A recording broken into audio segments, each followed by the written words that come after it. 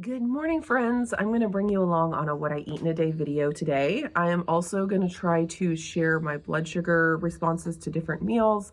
I already took my fasting blood sugar this morning. I will put it up here on the screen. It was 83, so very, very happy with that. The way I usually check my blood sugar after meals is I will check it at 1 hour and then at 2 hours. And I do get, now that I'm not directly in the keto and carnivore community quite so much, I get more views from outside the keto and carnivore community, which makes sense. And some people are curious about why I share my blood sugar at all. I'll get asked, are you a diabetic? Why are you sharing your blood sugar? And I'm not a diabetic, but I came from the keto and low carb carnivore community. And that's a mouthful, a tongue twister. And in that community, blood sugar control is a really high priority. And a lot of people check their blood sugar regularly, just to make sure that it is in a good range, make sure that they're not spiking their blood sugar with a food they're not aware of or whatever. And there's also a belief in that community that you cannot eat a diet that is higher carb and keep blood sugar control. Just that any kind of carbohydrates spike blood sugar. Therefore, if you eat a high amount of carbohydrates, your blood sugar is going to spike. Now, I did find that that was true if I was eating a keto or carnivore diet beforehand. My experience was that eating a low carb or carnivore diet did not allow my body to be ready to use carbohydrates as energy. So when any amount of carbohydrates came in, even from things like vegetables, it would spike my blood sugar higher sometimes than I would like. And especially if I ate some kind of a off-plan meal that had carbohydrates in it, my blood sugar would spike really high. And so that seemed to make sense to me. Oh, when I eat carbohydrates, my blood sugar spikes high. So therefore, if you lower your carbohydrates, your blood sugar won't spike. I found that that was a much too simplified version of things. And I found that once I got my body acclimated to consuming and using carbohydrates again, and the way I did that was slowly increasing the amount of carbs I was eating in my diet, and then also slowly decreasing the amount of fat. Fat has a lot more to do with blood sugar stability than is talked about in the keto and carnivore community. I have found that for myself at least. And so slowly raising the carbs and lowering the fat, my blood sugar just started balancing beautifully. My body got super efficient at taking the sugar out of my blood quickly so it doesn't sit there and stay high for a long time. My insulin sensitivity now is on point, and so my body is able to take up that sugar into the cells and use it for energy rather than the door being locked and then the blood sugar just sitting there making that high blood sugar number. So while eating carbohydrates while I was on a keto diet caused my blood sugar to spike, transitioning over to a higher carb, little bit lower fat, not zero fat, I didn't have to go zero fat, but a little bit lower fat diet has actually let my body utilize carbohydrates efficiently to the point where I can eat a high carb diet. And for me, that's usually around 300 grams of carbs per day, some of those coming from fiber. And my blood sugar typically stays in a really, really good range, both fasting and after meals. And I no longer have to micromanage like, oh no, I can't eat this because it might make my blood sugar spike. I'm at the point where I can eat a meal with 100 grams of carbohydrates in it, and sometimes my blood sugar doesn't even go over 100. What I'm looking for as far as a healthy blood sugar response is 1 hour after a meal, not to go above 140. And then at 2 hours after the meal, I want to be back down close to what I was before the meal. I don't remember the last time I saw my blood sugar spike over 140. It usually doesn't get anywhere higher than 100 and maybe 20, but that is rare. Just because my body has gotten so efficient at using carbohydrates now. So there are a couple of reasons why I like to share my blood sugar on these What I Eat in a Day videos, even though I'm not diabetic. The first one is just to check in real fast, because I lived for many years with that belief that eating 300 grams of carbohydrates per day was going to put me into some super high blood sugar range. And I continually like to prove to myself that that's not the case. Also, there are a lot of keto and carnivore people that still watch my videos, and I would have liked to have this information when I was in the keto and carnivore community, that the blood sugar, the way that blood sugar is talked about in that community, I have found for myself to not be completely accurate. So I like to share my experience, which is, it's all it is my experience. I'm not trying to tell anybody to do anything or give any kind of directives that everyone should do. I just want to share my experience and have it be part of the information that is out there in the world on YouTube. So this morning I already had my coffee. I had it with 6 ounces of whole milk made in my frother. And then I also had a banana with that. I do try to eat first thing when I get up. I used to have coffee on an empty stomach, you know, when I would wake up, and I just have decided to try to not do that, try to have a little snack with the coffee, just to get my cortisol down in the morning and get myself ready for the day. So I've had that already, and then once I'm ready for breakfast, I will show you guys what that is. I have had so many different get-togethers this last couple of weeks, and I haven't been, you know, keeping track of my calories and macros like I had been. So for those that haven't been around, I did a fat loss phase through May and June, and I lost close to 10 pounds there, and I've been maintaining that weight loss through, April and May. I did the weight loss, fat loss phase, and then now through June, I have been maintaining that weight loss. And I think for July, I'm gonna go back into like a little bit of a calorie deficit again and see if I can lose a little more weight. I wanted to be at maintenance for a little while, which I was, you know, the whole month of June. And now I think we're gonna have fewer get-togethers besides, you know, probably the 4th of July. And so I'm gonna try to kind of go into another calorie deficit and see if, you know, any more weight wants to skedaddle. But I don't like to just jump into lower calories, like I'm off diet and then now I'm jumping into some kind of strict diet. I like now to kind of stair step it down. So we're still a couple days away from the beginning of July, and I'm just gonna, you know, kind of cut down my calories just a little bit and then a little bit and get down to around 1800. That's where I was losing before. So I'm going to see if that allows for some weight loss. I want to, as high as I can keep my calories and lose weight, the better. So I'm going to try the 1800-ish and see, and then go from there. At maintenance, I've been eating around 2000 to 2400, probably usually like 2300. That's kind of been my average. Although some days are higher, some days are lower. It's not the same every day for sure. And so today I think I'm going to shoot for around 2000 calories, and I'll do that for a couple of days and then maybe drop it down after that. So that's going to be my goal for the day, and I'll bring you along and show you how my macros end up at the end of the day.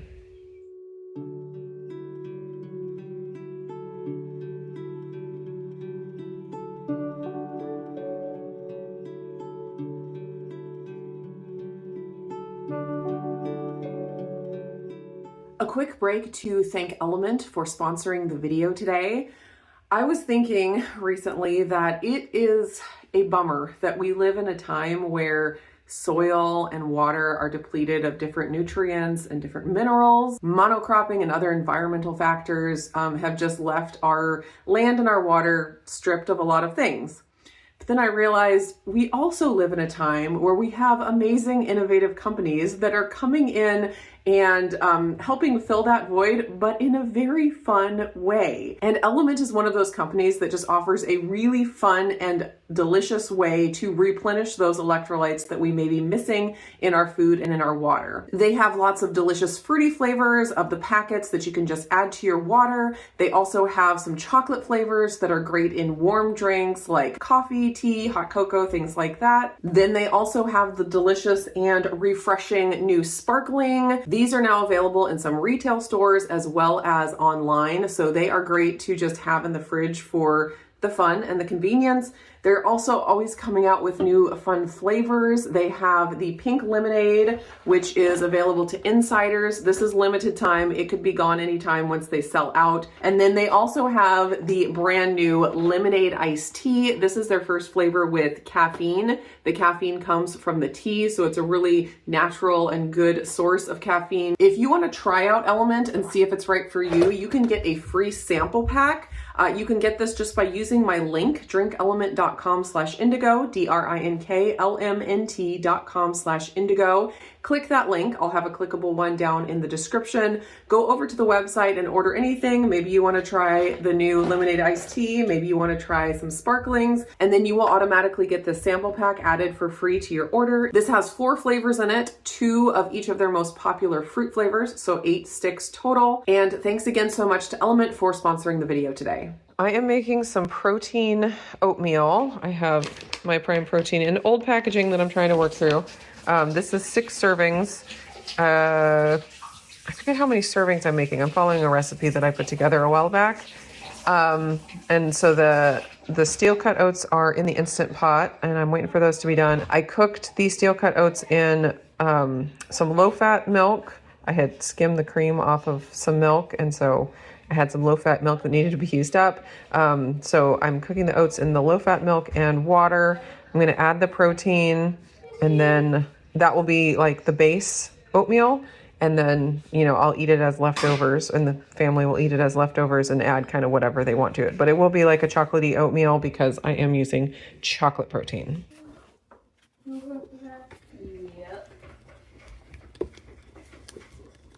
Here is my protein chocolate oatmeal. I have the protein oatmeal with the Prime Protein in it down there, and a chopped up banana on top, and a little bit of Greek yogurt, 2% Fage Greek yogurt, and then a drizzle of maple syrup. It has been 1 hour since my oatmeal.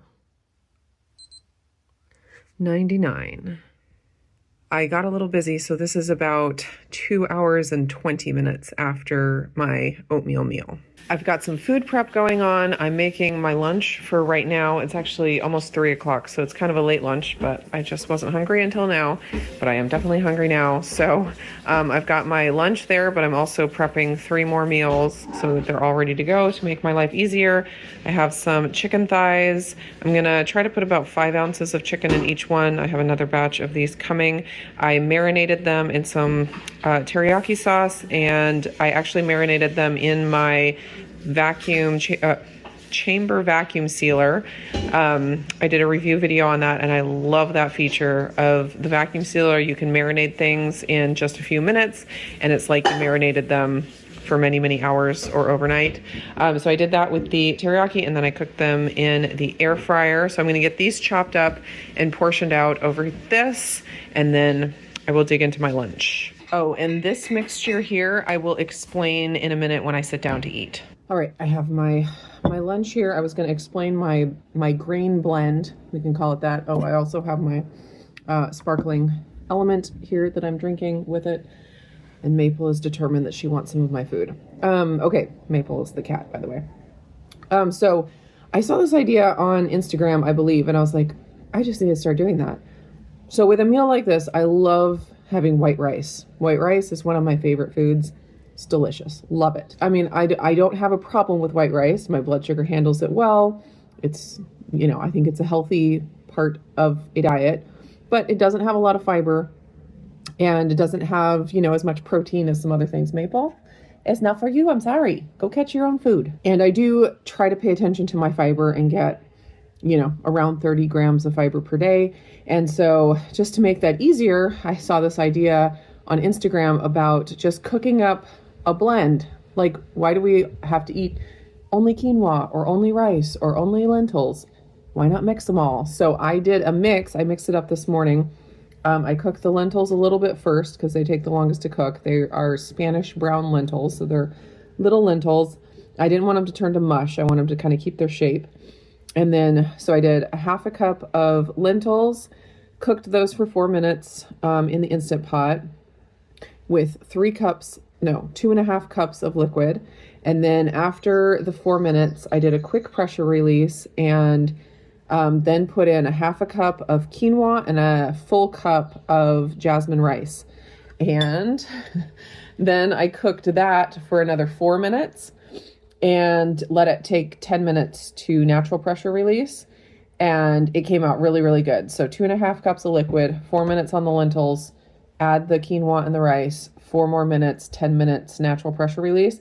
Turned out really good. And so instead of having like white rice that has, I think for the serving, it was something like 4 or 5 grams of protein and 1 gram of fiber, it has more like 8 or so grams of protein, 8 or 9 grams of protein, and 5 or 6 grams of fiber. So it just bumped up the protein and the fiber and the nutrients. And I still get to enjoy the white rice. Does it taste exactly like white rice? No, of course not. But I like quinoa and I like lentils also. So it just seemed like a good little hack to get in that extra bit of fiber in there. So I'm going to try it out. And so far, so good. So I forgot to say everything that's in the bowl. So I have my grain blend down here. And this is some kimchi, Lucky brand kimchi. And then this is Pure Vita brand from Costco veggie mix. And it has some avocado oil and a few spices on it. Just fried that up in the pan. And then I have my chicken thigh marinated in teriyaki sauce. And then I added a drizzle of teriyaki sauce over the top. Here is blood sugar 1 hour after my teriyaki bowl, 98. And here we are at 2 hours after my meal, 78. Okay, I'm having a very weird snacky dinner. We are doing kind of low spend time for groceries. We're trying to like work through stuff in our pantry, which, you know, of course is not the funnest, but very necessary when there's all kinds of random things. So I had these rice cakes in my pantry that just weren't getting eaten up. So I pulled some of those out. I have 3 rice cakes with some goat cheese here and some salami on top. I have about 10 ounces of some canned peaches out of the pantry instead of fresh because we already have these. And then last thing, I'm adding a Lineage chocolate chip cookie dough protein bar. These are the best of the 3 flavors Lineage currently has. I like all of their flavors. I think they've knocked them all out of the park, but this one is my favorite. It is so good. This is 1 hour after my weird snacky dinner, 91. Last blood sugar for the evening, 2 hours after my meal, down to 87. Here's how my calories and macros ended up for the day. I got 1,912, which is within my goal of being around that 2,000 mark. I got 123 grams of protein, I got 45 grams of fat, and I got 258 total carbs. I got 32 grams of fiber, so I hit my goal there as well. Very happy with that. I was also very, very happy with how my blood sugar responded to all of my meals. I hadn't done a check on my blood sugar in several weeks, so it's always nice to check in and make sure things are still on the right track. Thanks so much for hanging out with me today on this What I Eat in a Day video, and I will see you again in the next video.